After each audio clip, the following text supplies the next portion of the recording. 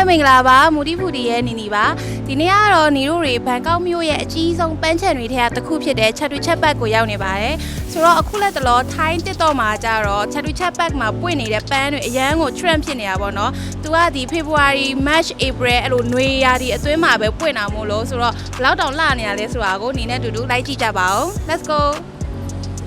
ကဲဆိုတော့ MRT ကနေဆင်းချင်းမှာပဲဒီမှာပန်းခင်းကြီးတော့မြင်နေရပြီတိတ်တောင်မရှာလိုက်ရဘူးလေသူကဒီတနေရာထဲမှာမဟုတ်ဘူးပန်းချံရဲ့3-4နေရာလောက်မှာဒီလိုပန်းခင်းကြီးတွေရှိနေတာပေါ့နော်။ဒါကတော့ညီတို့ချက်တူချက်ပတ်ရောက်ရင်ဝင်ချင်းမှာတွေ့ရမယ့်အခင်းလေးပေါ့နော်။ဟိုးဘက်အထဲတွေမှာဒီထက်ကြီးရဲ့အခင်းတွေရှိသေးတယ်။ဒီပန်းလေးတွေကိုတော့ Hollyhock Flowers မြန်မာလိုတော့ပန်းချင်ပေါင်လို့ခေါ်ပါတယ်။သူကအရန်ထူးခြားပြီးရှားတဲ့ပန်းမျိုးမဟုတ်ပေမဲ့ဒီလိုမျိုးအခင်းလိုက်ကြီးအဲ့လိုပန်းရောင်တွေအစုံအဲ့လိုပွင့်နေရကြတော့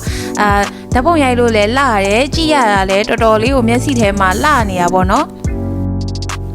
ဓာတ်ပုံလာရိုက်တဲ့လူတွေကတော့တကယ်လို့မှအများကြီးပဲပေါ့နော်အဲ့တော့ညီတို့လည်းပန်းပင်တွေကြားထဲမှာဝင်ပြီးတော့ပုံလေးတွေရအောင်ရိုက်ခဲ့ပါတယ်ညီတို့သွားတဲ့ချိန်ကတော့ညနေနေဝင်ချိန်နေဆောင်နေပြီဆိုတော့ခဏလေးနဲ့မှောင်သွားတာပေါ့နော်သူကနေ့လယ်ဘက်ဆိုရင်ကြတော့တော်တော်လေးပူတယ်ဒါပေမဲ့အပူခံနိုင်တယ်ဆိုရင်ဓာတ်ပုံဒီကရိုက်မဲ့လူတွေဆိုရင်နေ့လယ်ဘက်ဆိုရင်လူလဲရှင်းမယ်ပုံလဲကောင်းကောင်းရမယ်ပေါ့နော်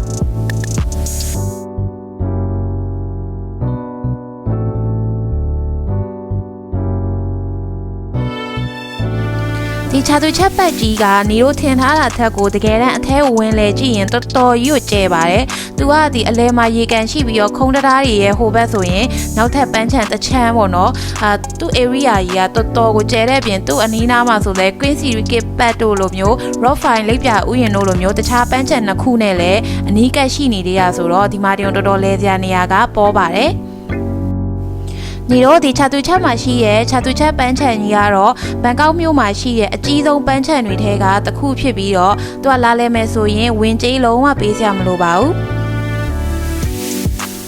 Hollyhock ပန်းခင်းနေရကြတော့ညီတို့ချာတူချက်ပတ်ထဲမှာဒီနေရာကပို့ပြီးတော့များတယ်ပြီးတော့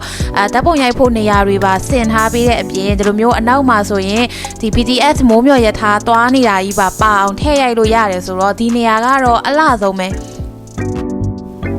နီတို့ဆိုရင်ဒီပန်ခင်းကြီးကိုရောက်ဖို့တော်တော်ကိုရှာယူလိုက်ရတယ်ကိုရီးယားကျတော့နီတို့ TikTok က Thai blog တွေကိုကြည့်ပြီးတော့လာတာဆိုတော့လေ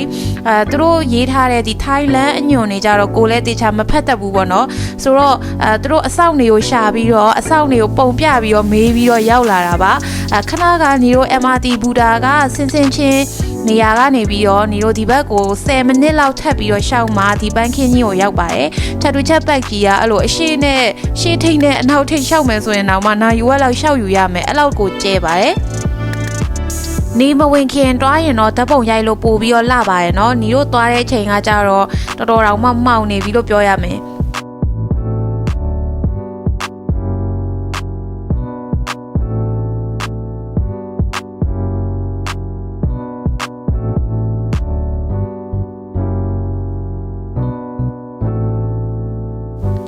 နီတော့ဒီချာတူချက်ပတ်ကိုလာလဲမယ်ဆိုရင်တော့ MRT အပြာလိုင်း BTS အစိမ်းလိုင်းပြီးတော့ bus က3မျိုးစလုံးနဲ့ရောက်ပါတယ်ဒီချာတူချက်ပတ်ရှိမှာပဲချာတူချက်ပတ် bus station ရှိရဆိုတော့ဒီ bus ကားနဲ့ပဲလာလို့လည်းရတယ်ပြီးတော့ရထားဆိုရင်လည်းအစိမ်းလိုင်းရောမြေအောက်ရထားအပြာလိုင်းရောရောက်တယ်ပေါ့နော်ဆင်းရမယ်ဘူတာတွေကတော့ညီတို့ BTS အစိမ်းလိုင်းနဲ့လာမယ်ဆိုရင်မိုးချစ်မှာဆင်းရမှာဖြစ်ပြီးတော့ MRT အပြာလိုင်းနဲ့လာမယ်ဆိုရင် Chatuchak Station မှာဆင်းရမှာဖြစ်ပါတယ်တကယ်လို့စနေတနင်္ဂနွေလိုမျိုးလာလဲတဲ့ဆိုရင် Chatuchak ဘေးနားမှာ Chatuchak Weekend Market ကတစ်ဆက်တည်းရှိရမို့လို့တခါတည်းဝင်လည်သွားလို့ရပါတယ်အစောထိကြည့်ပေးတဲ့အတွက်ကျေးဇူးအများကြီးတင်ပါတယ်ဒီနေ့ကတော့ဒီလောက်ပါပဲနောက်ရက်တွေမှာပြန်ပြီးတော့တွေ့ကြပါမယ်ဘန်ကောက်မှာရှိရဲ့ဘလို့နေရာလေးတွေကိုကြည့်ချင်တယ်ဆိုတာကို comment ရေးခဲ့ပြီးလို့ရပါတယ်ဘိုင်ဘိုင်